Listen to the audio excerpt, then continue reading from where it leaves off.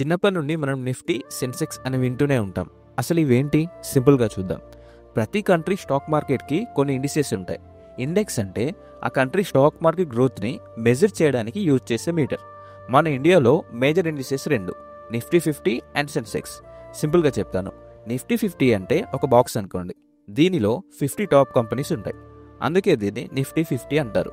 ఈ 50 companies performance బట్టి Nifty move అవుతుంది. ఫర్ ఎగ్జాంపుల్ 50లో 30 కంపెనీస్ ఫాలో అయితే నిఫ్టీ కూడా ఫాలో అవుతుంది. సేమ్ వే ఎక్కువ కంపెనీస్ గెయిన్ అయితే నిఫ్టీ కూడా పెరుగుతుంది.